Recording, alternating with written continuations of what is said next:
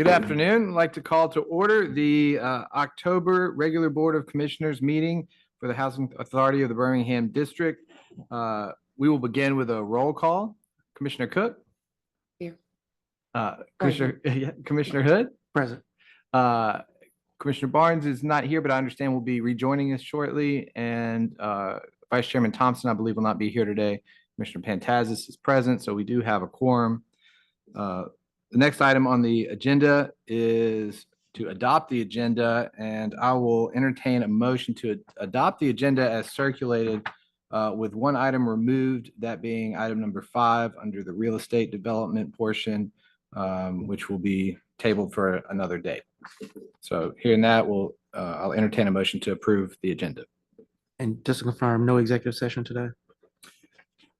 Is it on there? We do have an executive session, but okay. are we? I was just looking at this. Okay, well, so this one I have does have an executive session, so yeah. Let's make a note, no executive session and removal of item number 5 under real estate development. So with that being said, I will now entertain the motion to approve the agenda. Motion to approve with those agenda items noted. All those in favor say aye. Aye. Any opposed? I believe there is a screenshot of the actual agenda, so that helps. All right. Looks like the next item is the swearing in of reappointed commissioners. So.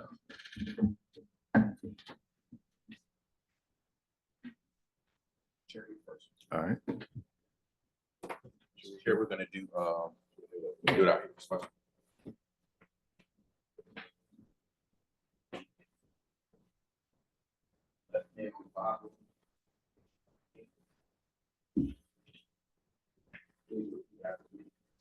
I, Dennis G. Pantazis Jr. I, Dennis G. Pantazis Jr. Upon re-entry of duties Upon re-entry of duties of the office of Commissioner for the Housing Authority of the Birmingham District, of the office of the Commissioner of the Housing Authority of the Birmingham District, do solemnly swear that that I will support the Constitution of the United States I will support the Constitution of the United States and the Constitution of the State of Alabama, and the Constitution of the State of Alabama, so long as I continue a citizen thereof, so long as I continue a citizen thereof, and that I will faithfully and honestly discharge and that I will faithfully and honestly discharge the duties of the office the duties of the office upon which I am about to re-enter, upon which I am about to re-enter to the best of my ability, to the best of my ability. so help me God. So help me God.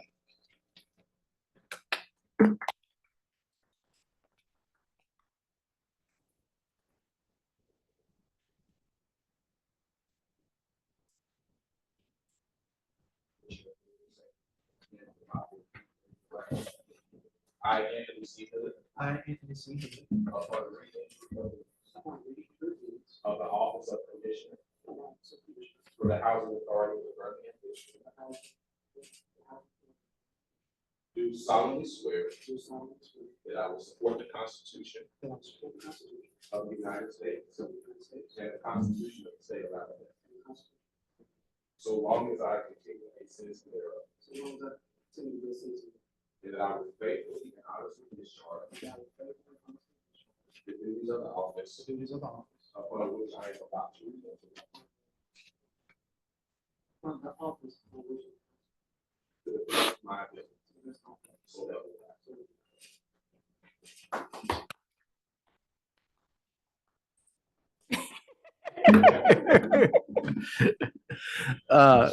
Congratulations, commissioners. Thank you. Thank you. Commissioner Hood, I'll put you on the spot. You want to say anything?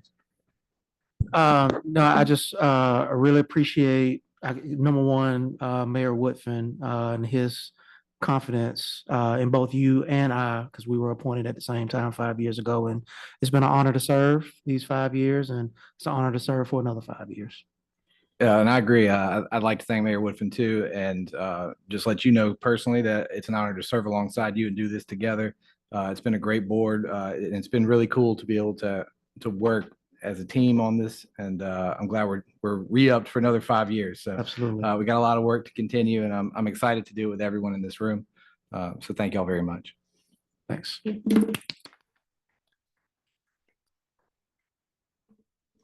All right, next up is the consent agenda, which has been previously circulated to the board. The items therein are included on the screen today.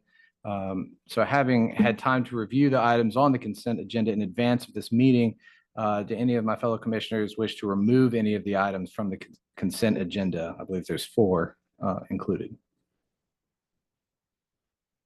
No, sir. Hearing none, I'll entertain a motion to approve the consent agenda and all items therein.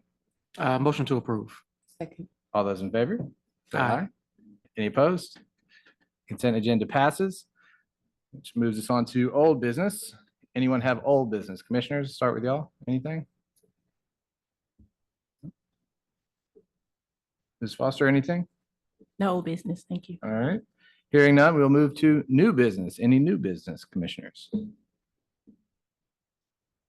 Anything on your end, Ms. Foster?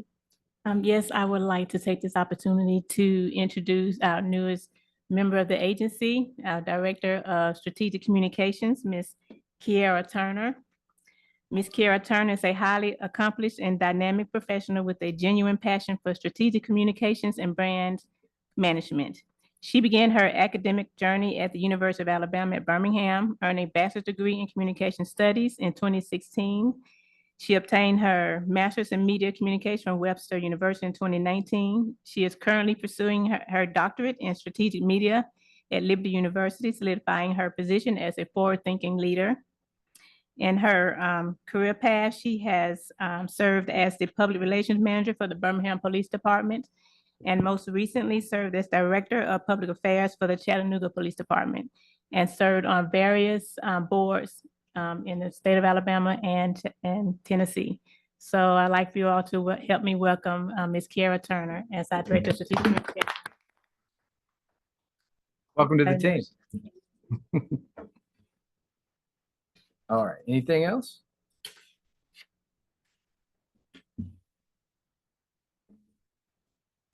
And I believe we do have somebody in the chat who wishes to address an issue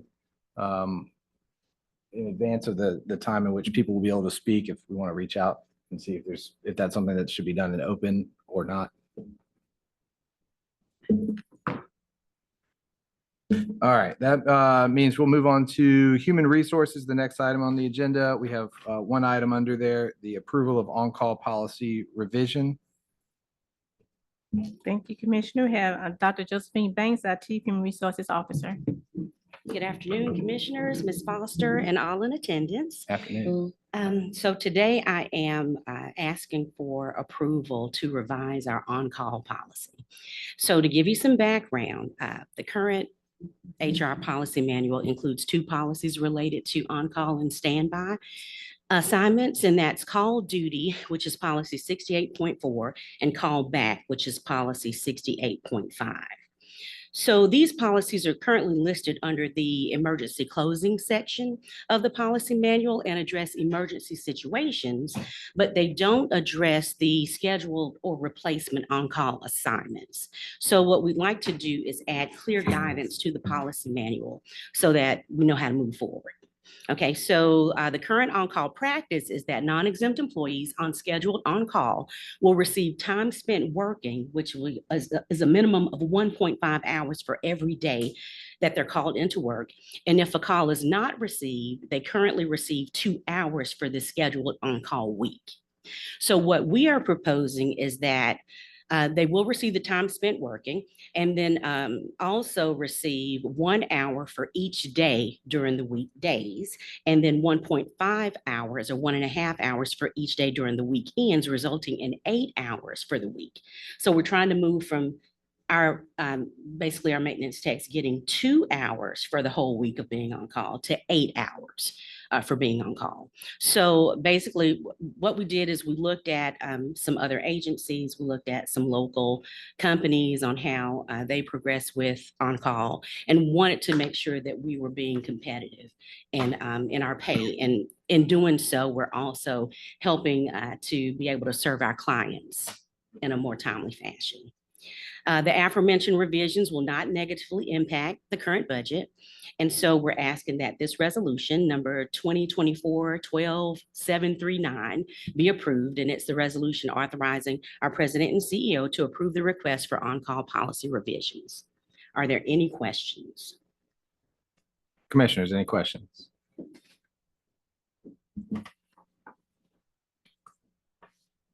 All sounds good to me.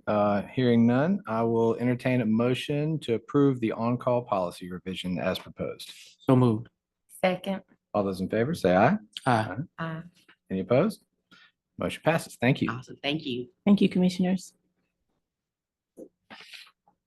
Next up is real estate development, and we have, looks like 5 items to look at, so we'll see how that goes. The first item will be presented by Christy Hilliard, our project manager. Good afternoon, Commissioners, Ms. Okay. Foster, staff. The first item is for approval to close out our Cooper Green RAD Section 18 transaction. As you all have been aware, we've come to the board on several times requesting approvals for different resolutions as a part of this transaction. And this transaction, this board resolution will authorize our president CEO to move forward with the closing.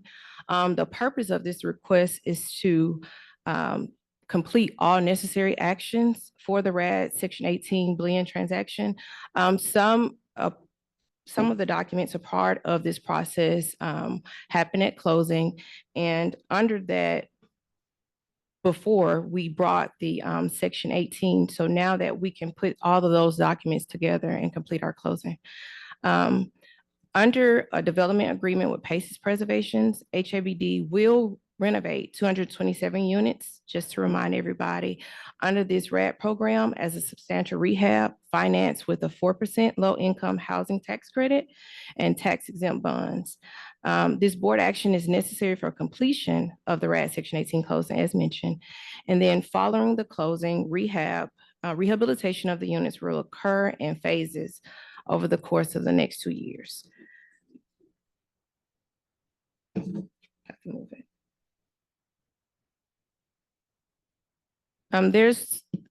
So the policy impact of this closing action are necessary to comply with the RAD Section 18 conversion requirements. Funding will move from the public housing program to our HCV program. At this time, our economic impact and funding source, HUD would provide HABD with 227 vouchers in this conversion for the project, which are estimated to provide estimated funding to the property of $30 million over the initial 20-year HAB contract. HABD will be paid just over $5 million over the first 3 years of the project and an estimated $25.6 million over the remaining 30 years of the project. So the funds will come in under the revenue of developer fees, upfront payment, ground lease payments. From this project will be used to support our other redevelopment projects of our public housing communities. Any questions at this time? Commissioners, any questions? I know this has been vetted in subcommittee and there was paperwork submitted showing sort of the budget and everything, but do y'all have any questions? I do want to add, if I may, that didn't get to have a chance to share with Ms. Hilliard, but we did this morning receive the approval from HUD on our RCC, which is our RAD conversion commitment, which allows us, after this approval, to proceed with closing to start the construction. Yes, thank you, Ms. Foster. I did receive that notification. There's a lot of moving parts to once we receive that RCC. And so I've been working with staff. One of the major requirements is meeting with our residents again, and any final revisions to drawings or any layouts to what's happening, what our investors have approved, what Alabama Housing Finance have approved. We reveal most of that information to our residents, but more importantly, we have this post-RAD resident meeting so they can understand their rights. And we have certainly identified our residents that may be in trouble or have particular situations, and we work diligently to go through those outlines for their rights. So thank you, Ms. Foster, for mentioning that to the commissioners. So at this time, the resolution number 2024-12731, we resolved by the Board of Commissioners of the Housing Authority of the Birmingham District that this resolution is to approve all necessary actions to complete the closing of the RAD Section 18 blend transaction for the Cooper Green Homes Public Housing Community and authorize President CEO to execute all necessary documents to complete the closing. Thank you. Hearing no questions, I'll entertain a motion to approve to close the Cooper Green RAD Section 18 transaction. So moved. Second. All those in favor, say aye. Aye. Any opposed? All right, the motion Thank passes. you, Commissioners. Thank you, Commissioners. Thank you. Next up is item 2, the approval to negotiate and execute an intergovernmental agreement with Alabama Public Housing Authorities for shared services. Seth Emery, Senior Advisor and Chief Strategist. Good afternoon, Commissioners. Afternoon. So we had a briefing, I think, before we were going to CBC. And Commissioner Hood, I believe you asked a question about collaboration with other PHAs. And so prior to that, Ms. Foster had been, meeting somewhat regularly with a group of executive directors from other PHAs in Alabama, just around, I guess, shared goals and experiences here in Alabama, how to move the respective agencies forward, and also PHAs in Alabama. Subsequent part of that conversation, and we took a trip to Huntsville at a certain point, September, August, I'm not sure, to their, they had an annual meeting presentation and met an individual that they had been talking to about some kind of government affairs services and other things that they were doing, that they were thinking about. Huntsville was thinking about working with, were thinking about whether they need these services, but really weren't sure they wanted to take that step because of the cost and whether how productive it would be. So they weren't really sure. And so part of the conversation that we were having was whether it would make sense to partner with other PHAs on these services. And so when we were in DC, I actually had a bit of a conversation with the ED from Huntsville, and we were talking specifically about government affairs and whether we'd be able to structure a partnership with a number of PHAs to share services of a consultant to represent us at the state and federal level. And so we thought it'd be a good idea. And so that's the genesis of the board action in front of you, which is to allow us to, or allow Ms. Foster rather, to negotiate and execute an agreement to share these services. HABD would still have to procure the services, but essentially this would allow us to share the cost, come up with a shared agenda for representation, while also maintaining our own independent agenda for the services that we need, again, at the state and the federal level, should we end up pursuing this. And so, whether the negotiation process will determine, the scope will determine what our shared objectives are, and to make sure this is a partnership that will actually work, because it's not something, to my knowledge, that Alabama PHAs have done before. It's legal, but it's a new initiative.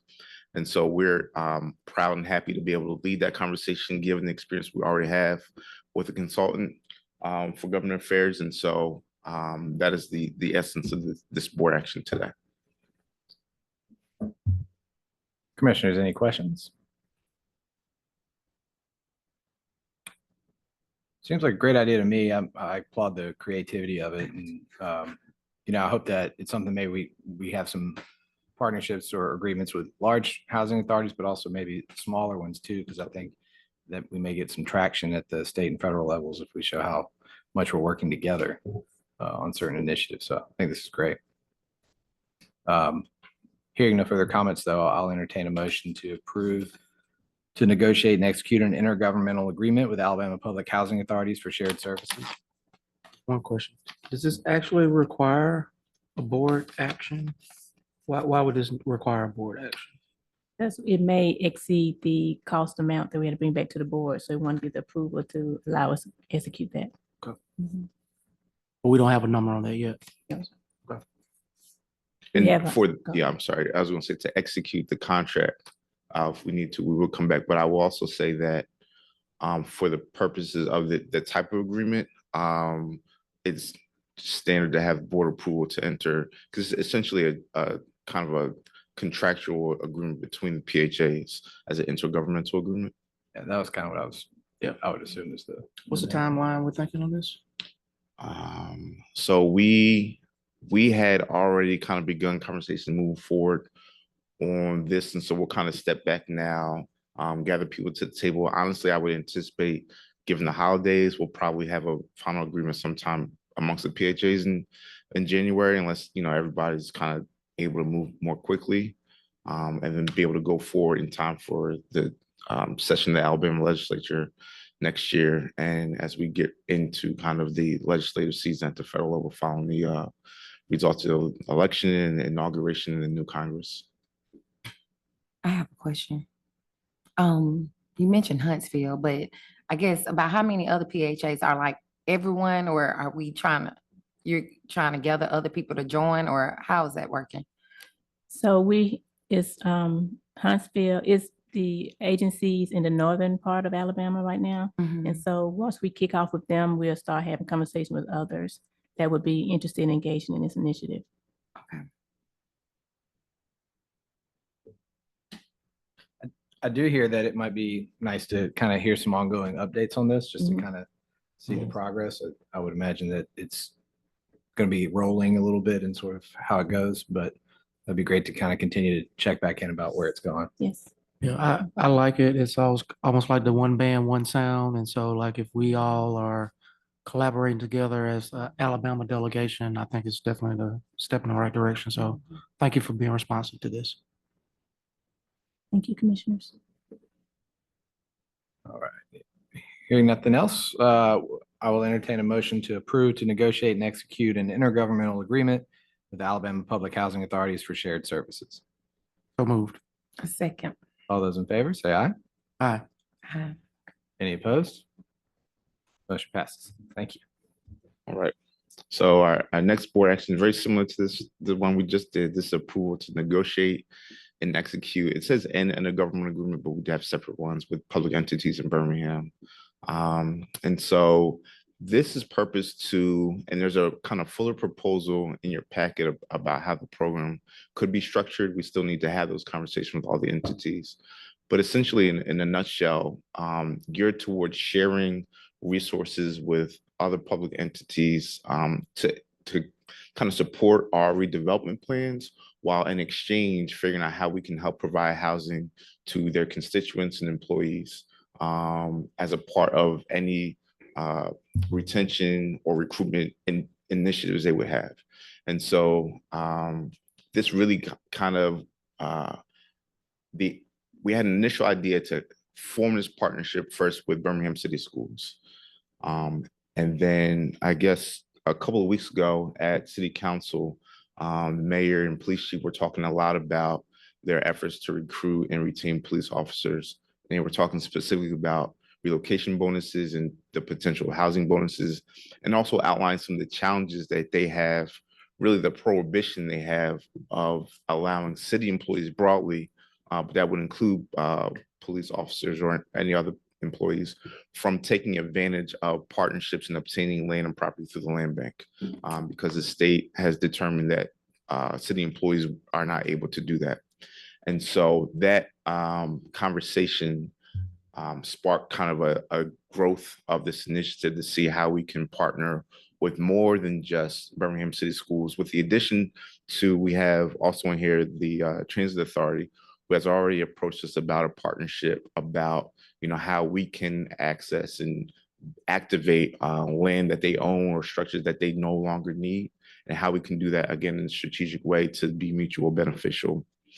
And so this request is to, as I said, would help us to reach another one of our goals, which is creating mixed income housing. And so there are programs around the country. I was talking with Councilor Quinn this week. We had a meeting with him and his staff about a similar program in Baltimore, for example, where we're able to combine our affordable housing, which is really low income housing, with mixed income, so workforce housing.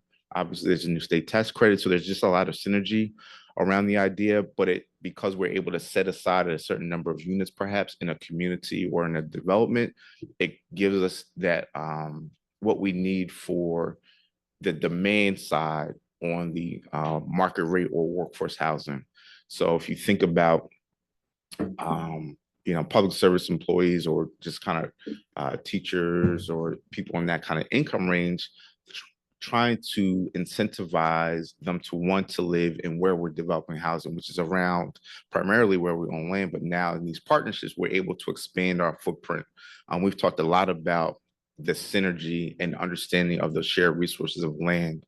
And so who's owning, if it's BCS or the county or the land bank that owns parcels around ours, and how we can combine those or use those relationships to our advantage. And so these agreements will allow us to have those conversations, form agreements on exactly how we'll share resources, if there's an agreement to structure in terms of set asides for units and things like that. Again, the proposal that I outlined that's in your board packet, which I think is a win-win, and it really advances what we want to see in Birmingham, which is equitable growth across all of our neighborhoods, or as many of them as possible. Just in terms of funding, there's a note here that, again, this would really be able to jumpstart and kind of improve our redevelopment plans. And so there's no funding attached to the agreement, that this would really just make our Thrive 2035 more viable.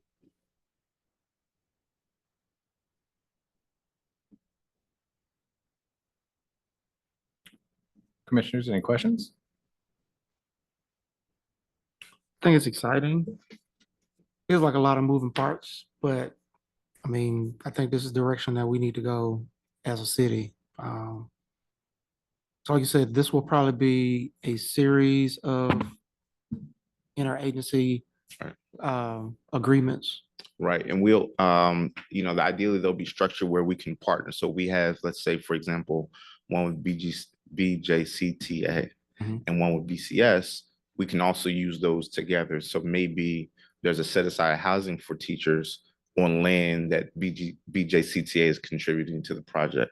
So allowing cross collaboration, but just in terms of efficiency and actually getting these agreements done, if we do them kind of independently, I think we'll just have more success rather than trying to get everybody around the table to agree on a single document. That could be a little bit more challenging in terms of timing, because it's already going to be quite, I think, Ms. Foster, you said extensive, maybe. It's gonna be a heavy lift. Maybe that's what it was, but it's gonna be a heavy lift. But I think that the potential for again, mutual benefit and for growth across Birmingham is, I think, really tremendous with this opportunity. Ms. Foster and I separately had conversations with leadership BCS this week and last week, and the superintendent and new chief of staff, and they're both really interested in working on this and seeing this move forward. So I guess similar question. What about this requires us to have an agreement? I mean, it's essentially a MOU, but it's nothing really in it binding, right? Like, this just kind of lays out the aspects of the partnership and who's bringing what to the table, right? Right. And so these agreements are, so in federal, I'm sorry, I don't know, there's something making noise up here. I hope it's, anyway. You okay? I'm fine, thank Okay. you. But so one of the things that this will allow us to do, though, is share resources. And so with federal procurement laws through intergovernmental agreements, it's kind of like an alternative procurement. And so in theory, we should be bringing certain procurement actions to the board. And so it just covers our base in the event that a base needs to be covered, is what I would say is at the core of why we're coming to the board for board action. It put us ahead of the loss of opportunities once they become available. We're getting on the forefront of it. And then once we're able to negotiate the opportunity, then we bring to the board to execute. Okay.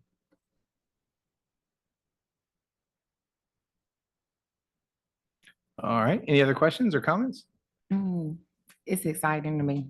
It's got my wheels turning, so. Yeah, I agree. Yeah, so we'll talk about it later on. Yeah, well, I mean, I think both of these, again, I'd love to sort of get repeat updates, and if there's even if you don't have to bring it to us for a certain approval, if there's a initiative that's ongoing that is a sort of a result of this, I think we'd at least like to be kept apprised of that, just so we can kind of see how it's working and obviously help collaborate on ways that we can keep improving it. So anyways, that's great. I'll entertain a motion to approve to negotiate and execute an intergovernmental agreement with public entities in Birmingham. So moved. Second. All those in favor, say aye. Aye. Aye. Any opposed? Motion passes. Thank you. Thank you, Commissioners. All right, almost there, y'all. So our next board request for board action is the approval of a purchase agreement for Glenbrook at Oxmoor. Okay, so in August of this year, we brought a request for board action to authorize Ms. Foster to execute a letter of intent with Glenbrook to purchase the property. Since then, and just as background, Glenbrook at Oxmoor is a 100-unit development. It's part of a Hope 6 transaction. 50 units of public housing, 50 units of LIHTC affordable, but they're unsubsidized. When we developed it in 2008, included in that was a right of first agreement for the purchase of the property. Okay, it's not. This doesn't go backwards. Oh, the other button. Okay, I'm sorry. So therefore, after the letter of intent was executed, we entered a period of due diligence where we have a third-party property management company that we contract with already. So they conducted the due diligence both of the physical structure. They went to every unit. They looked at the systems, the grounds, all the condition, and also in compliance into the files for both the tax credit and the public housing units to determine the status of the property and kind of raise any red flags that we might have in terms of maintaining, operating the property. And so that's been completed. And now we're at a point where we're ready to execute the purchase agreement, which you have the version, I believe you have the original version. We modified slightly. So there's a clause in there about closing within 30 days of the execution. Closing is contingent on approvals from AHFA for the tax credits and the lender where the mortgage is, which is Lumit. And so we anticipate in conversation where we have with the lender, that's going to take probably about 45 days. And so we added a clause to allow that 30-day period to be extended for 90-day portions or 90-day extension periods subject to those approvals. So those approvals wouldn't hold us up. And those are really the only approvals that we're going to need to go forward. The purchase price, I don't have it here, but it's $10. And then we still intend to recapitalize the project by adding vouchers to the unsubsidized units, and then doing strategic and targeted upgrades to increase the marketability of the project. Our property management company that did the due diligence was really impressed with the condition of the units, the common areas, the grounds. There weren't any current warranties for any, roofs or anything like that, but based on how they've kept up the property, they're really pleased. And the units that were vacant were in process of being turned. There had been some kind of a plumbing leak that had recently been repaired, and so they were seeing one of those affected units being turned. So they were really satisfied and felt we were getting a really good product back to us. And so they estimated that we wouldn't have to spend more than $10,000 per unit for the comprehensive modernization of the entire property long term. There might be some short things in either turning units or things that need to come up that need to be addressed. But a lot of what they were talking about would really be cosmetic, so appliances, new flooring, painting, and things of that nature. And so we'll, upon execution, again, we'll enter that period of time where we're working towards closing. Ms. Baker, our director of finance, Rod Evans, one of our real estate attorneys, are engaged in this process. We had a call with the lender last week to begin that process of understanding the loan assumption and what we would be required to do there. So this is moving forward at a really nice pace. And our goal, what I told them, is we want this close out before the end of the year. We want to start 2025 fresh. And so that's extensive. It's going to be an extensive process, but that's the goal to make that happen and add this project to our portfolio. Thank you. Any questions, commissioners? No questions. All right. Hearing none. I entertain a motion to approve the purchase agreement for Glenbrook Brook at Oxmoor. Oh, so moved. All those in favor, say aye. Aye. Any opposed? Motion passes. Thank you. Thank you, Commissioners. All right, we've come to the end. So we have an request for board action, approval of award of contract for professional moving services. HABD from time to time, for whatever reason, we have to facilitate the relocation of primarily residents, but there have been times where we relocate offices and things of that nature. But this is primarily, we're going to use these contracts, if approved today, for relocation of residents who are impacted by our real estate development plans. So we issued an invitation for bid in July of this year, which was published in local newspapers, on HABD's website, publicized on social media, and also the HA Marketplace. We received. Okay, I'm sorry. Why is that not there? So we received 5 bids. We deemed them all responsive and responsible. What we did, it's an IFB, so you've got to take the lowest bidder. We're doing the 3 lowest bidders. The range I have here, just for example, for a 3-bedroom apartment, we're between $400 and $2,350. So we're doing 3 for a couple of reasons. One, because again, you see that low bid for $400 for a 3-bedroom apartment, right? So that brings questions, but in order to not select somebody in an IFB, it's a very technical process. And essentially we're going to give them a try. We'll give everybody a try, but this enables us also to have 3 vendors to have enough capacity as we're doing moves. As an example, with Southtown Family, once we start those relocations, we're planning on doing 5 a day, which that contractor, which is Buddy Lee, which also won a contract of award under this IFB, says they're able to do that. Whether, any firm, any moving company can do that consistently to the volume that we need. We don't want to be in a situation where we find out that they can't. So that's why we have 3 of them and not just 1 or 2. Just for FYI, we budget for relocation either in our capital fund plans, but sometimes in the development budget itself. So in Cooper Green's redevelopment budget, there's about $800,000 for relocation. Cooper Green is a majority on-site relocation versus, Southtown, we're moving people from one building to another. But for Cooper Green, we're hoping to minimize displacements. These contracts will be for the, you have in your packet the bid sheets. So you'll see kind of the number of the prices bid for bedrooms for the various contractors. And just as a note, in case you're wondering, it's not just moving, but it's also moving supplies, boxes, packing. Residents who want to pack themselves will do that. Residents who want us, or not us, the moving companies to pack, that'll be an option as well. So it's just depending on what the resident prefers. I got a question. Yes. So for like the one that bid the 400, they would be agreeing to pack up the stuff, provide the material and move it for the 400? That's what their bid is, sure. Okay. Yeah. So, it's a question, but we have very limited calls to be able to not award a contract under IFB. And so we'll allow them to, perform. If they can perform, then it's a great steal, right? Yeah, you gotta hook up.